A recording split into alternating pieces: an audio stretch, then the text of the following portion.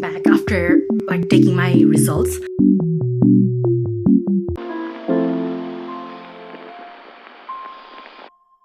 Hi guys, my name is Daisy and welcome to a study vlog. On today's video, we are going to be studying C language. I'm just focusing on C language today because it's my holiday first of all. So I am not interested on studying like a bazillion of topics and different subjects. I'm just focusing on C language because I'm a extreme beginner, okay? I'm extremely new to coding and all, so I am pretty much interested as well on learning that language. So this video is just going to be me cramping over C language and struggling.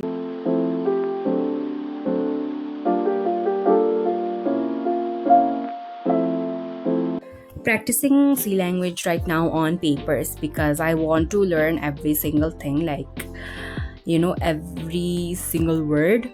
And when we use compiler, it sometimes not sometimes, but it auto corrects the word, and I don't want that. I want to remember every single thing, and I also want to understand what the code meant. And I was studying from my book, you can see. And yeah, I was so confused. I was using ChatGPT as well for me to help, and you can literally see how badly I'm trying to understand the code.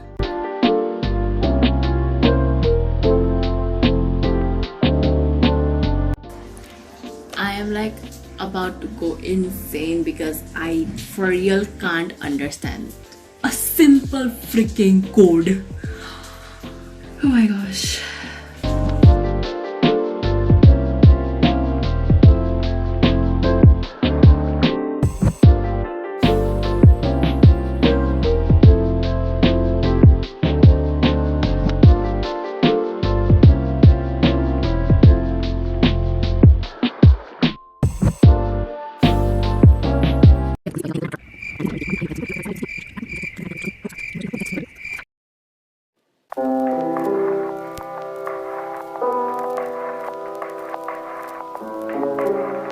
Guys, I just came back after taking my results.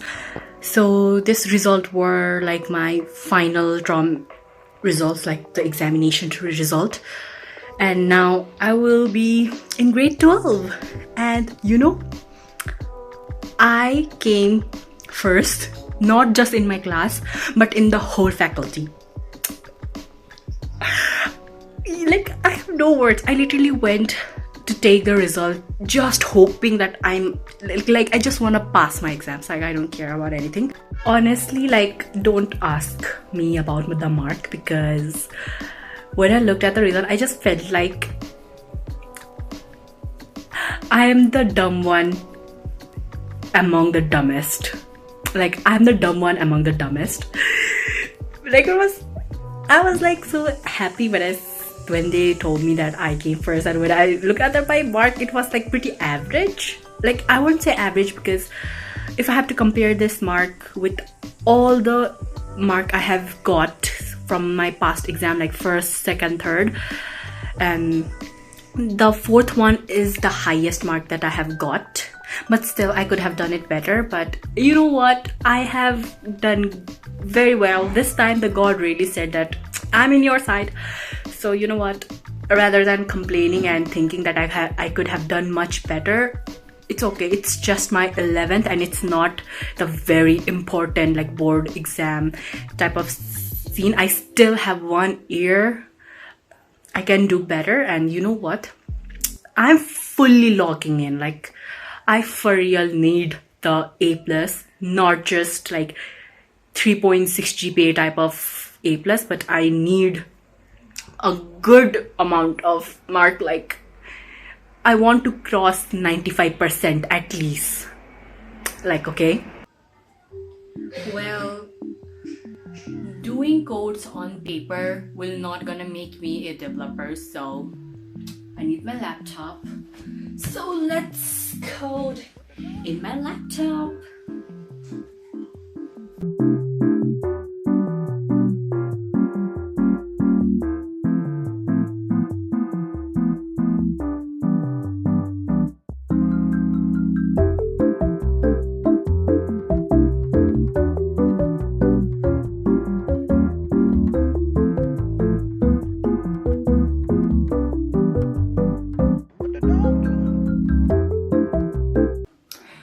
it is a study vlog, so I decided to like give some of my study tips. Well, I'm not a topper or like, and I'm like, but I still get like a decent mark, and like I still need to improve a lot. I have to like, I need to improve a lot, I know, but well, from being like an average, just passing, to a student who passes her exam with good grades, I want to give some advice that, not advice, like tips that I have been following like personally. Well, this step might not work for you because everyone is different, and everyone has their own style. So I'm just gonna talk about the things that worked for me. Tip number one, blocking method. Well, there are also another method which is like Pomodoro method, but honestly it does not work for me because for me to fully lock in, literally takes me like 25 minutes to fully lock in, like, and if I take a break afterwards, I'm cooked. I'm not gonna sit back, okay? So I use like a blocking method. For example, let's say computers. I was gonna block it and I was gonna label it like studying computer, and with not just computer but specifically like from computer like C language, and from C language what topic I'm studying, like I'm like studying loops right now, so I'm gonna like dedicate the block just for computer C language loops. So that's what I've been doing, and honestly that has been helping me a lot. Tip number two, early morning studying. In the morning I try to do active recalls, writing stuff down what I have like learned the day before without checking the book. Like I just grab a blank piece of paper and I start scribbling whatever I studied that day, like the other day, and that's how I know like what are the missing keys and what are the stuff I need to revise, And also a tip for like economics, if you study economics, well, flashcard does help. Like for example, like for the demand chapter, like let's say that there are like demand graph, and then there's like sloping graph, like upward sloping, downward sloping, and then there's like shift in demand curve, right? Diagram of demand in one side and write down the name, like the curve name in another, so you can like revise like that.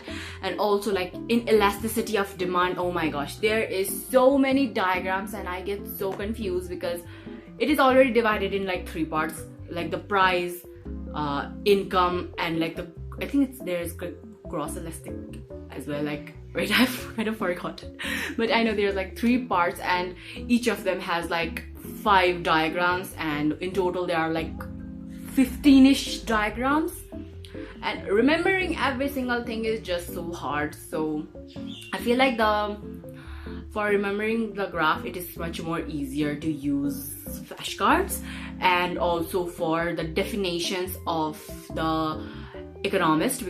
And for maths, something that worked for me, and I've been using it for like 3-4 years at this point, make a separate formula notebook and write every single formula on that notebook, not like in a messy way, but for example we have like algebra, the chapter algebra, make like algebra formula, like do not mix algebra with trigonometry with derivatives, like Well, I forgot to do the outro, so here I am.